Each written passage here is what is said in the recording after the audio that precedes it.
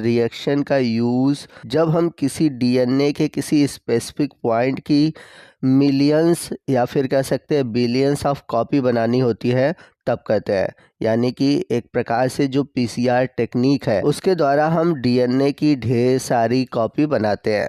तो यह एक प्रकार से जीरोक्स का प्रोसेस है। जैसे कि हम जीरोक्स में किसी एक चीज़ का जीरोक्स करके ढेर सारी कॉपी निकालते हैं, उसी तरह पीसीआर में हम डीएनए की ढेर सारी कॉपी निकालते हैं। और इन कॉपी के द्वारा हम क्या कहते हैं कि जेनेटिक इंजीनियरिंग में इसका यूज़ कर सकते हैं, या फिर डीएनए की किसी स्पेसिफिक पॉइंट का अगर हमें स्टडी करना है वो भी कर सकते हैं। अब यदि हम बात करें पीसीआर टेक्निक की खोज की, तो इसकी खोज सबसे पहले 1983 में एक अमेरिकन बायोकेमिस्ट कैरी मुलिस ने की थी।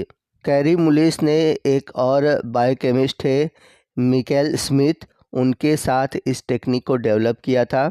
इसलिए 1993 में दोनों को एक साथ जॉइंटली नोबेल प्राइज़ दिया गया था। तो ये था पीसीआर टेक्निक, बहुत इम्पॉर्टेंट है। शॉर्ट नोट में आपको जितना लिखना है मैंने यहाँ पर दे रखा है, तो इसे आप याद कर लीजिएगा। और अगर लॉन्ग में आपको इसको पढ़ना है पीसीआर के बारे में, तो इस टॉपिक पर मैंने डिटेल में वीडियो बनाया हुआ है। आप ऊपर आई बटन में या फिर नीचे डिस्क्रिप्शन बॉक्स में इस लिंक को देख सकते हैं। उस लिंक पर क्लिक करिएगा, आपको पीसीआर के बारे में डिटेल से टॉपिक मिल जाएगा। आइए चलते हैं अगले मोस्ट इम्पॉर्टेंट टॉपिक की ओर, जो कि है एलिसा टेस्ट। तो आइए सबसे पहले हम समझते हैं कि इसका फुल फॉर्म क्या होगा। तो एलिसा का फुल फॉर्म है एंजाइम लिंक्ड इम्यूनोसॉर्बेंट एसे। अब ये एलिसा टेस्ट है क्या, आपको बता दें कि लेबोरेटरी में एक ऐसा टेस्ट किया जाता है जिसमें कि हम डिटेक्ट कर पाते हैं एंटीबॉडीज़, एंटीजन, प्रोटीन, हार्मोन्स या फिर बॉडी फ्लूइड की। यानी कि कहने का मतलब है कि किसी सैंपल में एंटीबॉडीज़, एंटीजन, प्रोटीन, हार्मोन्स या फिर बॉडी फ्लूइड प्रेजेंट है, तो इनको आइडेंटिफाई करने के लिए, इनको डिटेक्ट करने के लिए हम एलिसा टेस्ट का यूज़ करते हैं। तो इस प्रकार से एलिसा टेस्ट का यूज़ किया जाता है कई सारे रोगों की पहचान करने में, यानी कि उसको डायग्नोस करने में, जैसे कि HIV, lymph disease, thyroid disease, rota virus, syphilis, Zika virus. कहने का मतलब है कि अनेक जो वायरल डिजीज़ है उनको आइडेंटिफाई करने में।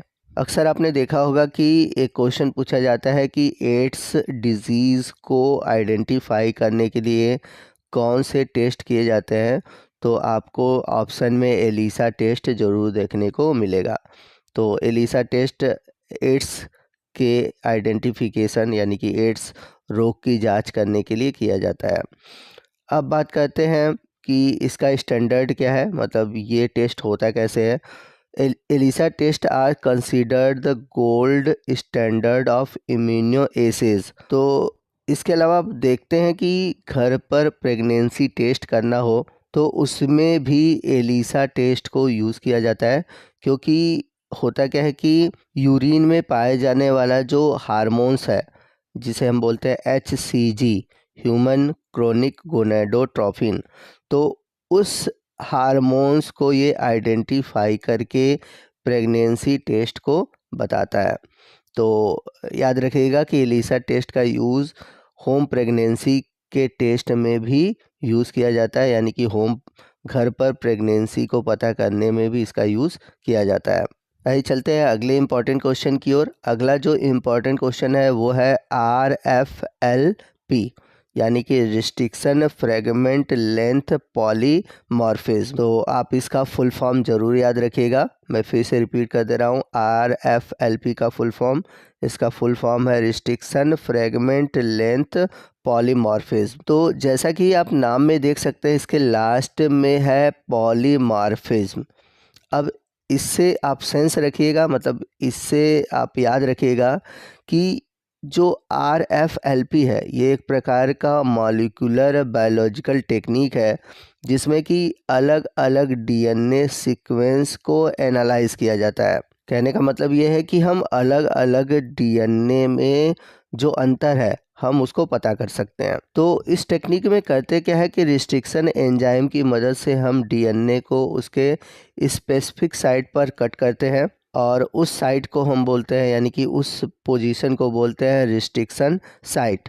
अब उसके बाद हम क्या करते हैं, उस डीएनए फ्रेगमेंट को डिफरेंट साइज में कट करते हैं और उस साइज के अकॉर्डिंग हम क्या करते हैं कि डीएनए को इलेक्ट्रोफोरेसिस टेक्निक द्वारा अलग करते हैं। जैसा कि हम सभी जानते हैं कि डीएनए को छोटे छोटे टुकड़ों को अलग करना हो तो हम इलेक्ट्रोफोरेसिस टेक्निक का यूज़ करते हैं। अब उन डीएनए को हम लेबल्ड करते हैं, जिसे हम कहते हैं RFLP प्रोब। कहने का मतलब है कि जो डीएनए सीक्वेंस है, अब उसे हम क्या करते हैं कि आइडेंटिफाई करने के लिए उसको लेबल कर देते हैं, या फिर कह सकते हैं कि उसको टैगिंग कर देते हैं। अब बात आती है कि RFLP टेक्निक का यूज़ कहाँ होता है। तो इसका यूज़ होता है फोरेंसिक साइंस में, इसके अलावा जेनेटिक मैपिंग में, जिसमें कि हम जीन के लोकेशन को आइडेंटिफाई करते हैं डीएनए में। इसके अलावा पैटर्निटी टेस्ट में यूज़ करते हैं, जैसे कि अगर हमें पता करना हो कि किसी की संतान है या फिर नहीं, या फिर उसके माँ बाप कौन है, तो पैटर्निटी टेस्ट में इसका यूज़ किया जाता है। इसके अलावा कुछ हेरिडेटरी डिजीज़ जो है, यानी कि जो आनुवांशिक रोग हैं, उन रोगों को डायग्नोस करने में भी हम RFLP टेक्निक का यूज़ करते हैं। अब चलते हैं अगले इम्पॉर्टेंट क्वेश्चन की ओर, जो कि है PAG पेज। इसका फुल फॉर्म है पॉली एक्रिलामाइड जेल इलेक्ट्रोफोरेसिस। तो इस टेक्निक का यूज़ हम बायोलॉजिकल जो मैक्रोमॉलिक्यूल है, यानी कि जैविक रूप से जो बड़े अणु हैं, उनको सेपरेट करने में, उनको एनालाइज करने में करते हैं।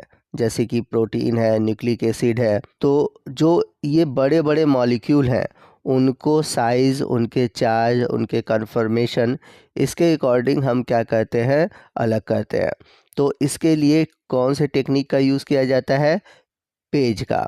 जैसे अगर हम बात करें ये टेक्निक काम कैसे करता है, तो अभी मैंने आपको बताया था कि इलेक्ट्रोफोरेसिस टेक्निक द्वारा हम डीएनए के छोटे छोटे टुकड़ों को अलग करते हैं।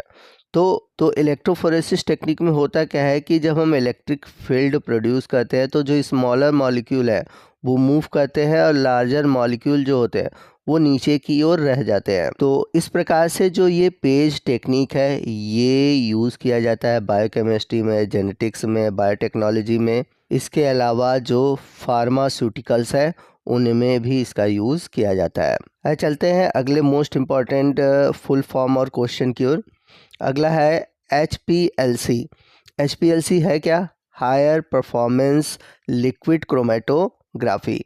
तो ये एक प्रकार का लिक्विड क्रोमेटोग्राफी टेक्निक है जो कि हायर प्रेशर पर किया जाता है। तो इस टेक्निक में हम क्या करते हैं कि एनालाइज करते हैं, सेपरेट करते हैं, आइडेंटिफाई करते हैं कि अलग अलग जो कंपोनेंट है, अगर यानी कि अलग अलग कंपोनेंट आपस में मिले हैं तो हम उनको अलग कर पाए। तो किसी लिक्विड में अगर कोई चीज़ मिला हुआ है तो उसको सेपरेट करने के लिए हम HPLC टेक्निक का यूज़ करते हैं। तो अगर आपको इसके बारे में डिटेल से पढ़ना है तो इसके लिए मैंने वीडियो बनाया हुआ है, आप वहाँ पर पढ़ सकते हैं।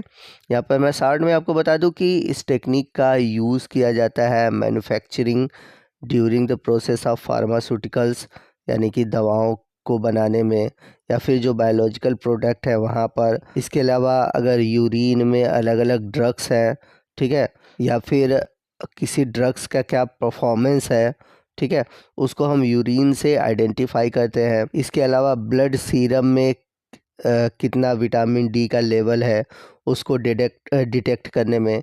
तो कहने का मतलब ये है कि ये जो HPLC टेक्निक है ये एक प्रकार का एनालाइज करने का टेक्निक है, जिसमें कि हम किसी लिक्विड में कौन सा कंपोनेंट कितना है, उसका अमाउंट कितना है, ये सभी ज्ञात करने में इस टेक्निक का यूज़ करते हैं। आगे चलते हैं लास्ट टॉपिक की ओर, जो कि है RNAi। RNAi का फुल फॉर्म है RNA इंटरफेरेंस।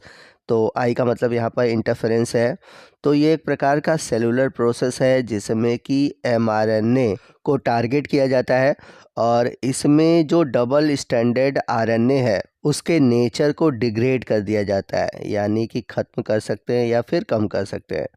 एक तरह से ये एक सिलेक्टिव जीन नॉकडाउन फिनोमिनन है और इस प्रोसेस का यूज़ करके हम नेचुरली क्या कहते हैं कि वायरस से जुड़े हुए जो डिजीज़ है उनसे प्रोटेक्ट करते हैं। यानी कि ये एक प्रकार का virus defence indigenous gene regulation process है जो कि आपको प्लांट में देखने को मिलता है और इसका यूज़ अब एनिमल के केस में भी दिखाई दे रहा है। तो दोस्तों ये था हमारा आज का वीडियो जो कि शॉर्ट आंसर टाइप क्वेश्चन पर बेस्ड था। जितने भी शॉर्ट नेम दिए होते हैं उनका मैंने फुल फॉर्म बताया, उनका क्या यूज़ है, ये सभी मैंने आज के इस वीडियो में आपको बताया। आई होप आपको आज का वीडियो अच्छा लगा होगा। वीडियो अच्छा लगा है तो प्लीज़ वीडियो को लाइक करिएगा, अपने दोस्तों में शेयर कीजिएगा और कोई भी डाउट है आप हमसे कमेंट करके पूछ सकते हैं। तो मिलते हैं अगले वीडियो में अगले टॉपिक के साथ। तब तक के लिए जय हिंद,